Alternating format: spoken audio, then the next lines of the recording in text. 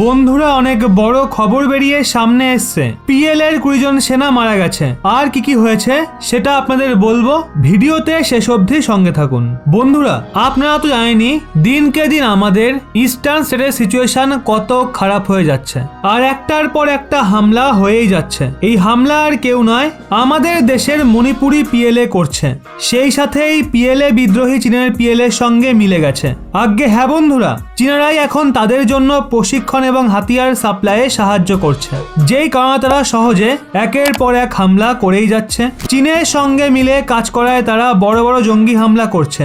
ভারতকে পূর্ববর্তী রাজ্য থেকে আলাদা করার জন্য লাগাতার হামলা এবং বোম বিস্ফোরণ করছে। ইন্ডিয়ান আর্মির সঙ্গে তাদের লাগাতার ক্ল্যাশ হচ্ছে। ওই ক্ল্যাশে ইন্ডিয়ান আর্মিরা অনেক মণিপুরি পিএলএ কে জমির দুয়ারে পাঠিয়ে দিয়েছে। আজ্ঞে হ্যাঁ বন্ধুরা, চলুন আপনাদের বলি আসলে হামলা করার পর হচ্ছেটা কি।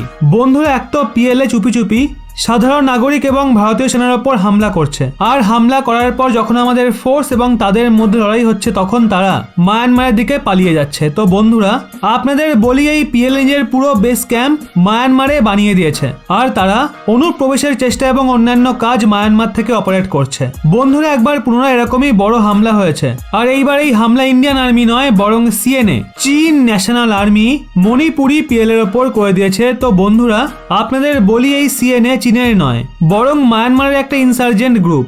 আজ্ঞে হ্যাঁ বন্ধুরা, এই দুই ইনসার্জেন্ট গ্রুপের মধ্যে ক্ল্যাশ হয়েছে। এই ক্ল্যাশে সিএনএ পিএল এর 20 জন জওয়ানকে মেরে দিয়েছে, পিএলএও সিএনএর একজন জওয়ানকে মেরেছে। বন্ধুরা, এই মতভেদ মায়ানমারের তাম্বু শহর থেকে প্রায় 10 কিলোমিটার ভেতরে সাংগাইং শহরে হয়েছে।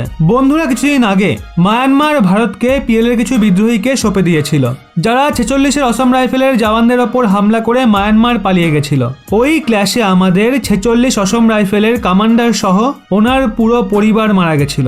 বন্ধুরা, একভাবে দেখা হলে এটা ভালোই হচ্ছে, কারণ এই পিএল এর বিদ্রোহী বারবার আমাদের সাধারণ নাগরিক এবং ইন্ডিয়ান আর্ম ফোর্সের ওপর হামলা করেই যায়, আর এইবার তারা নিজেদের মধ্যে মতভেদেই মারা গেছে। কথায় আছে না, ধর্মের কল বাতাসে নড়ে, ঠিক সেটাই হয়েছে। অন্যের জন্য গর্ত খুললে নিজেকেও সেই গর্তে পড়তে হতে পারে। ভারতীয় সেনারা অ্যাকশন মোড়ে চলে আসলে সংখ্যাটা যে কখন 20 থেকে 200 হয়ে যাবে ধরতেও পারবে না।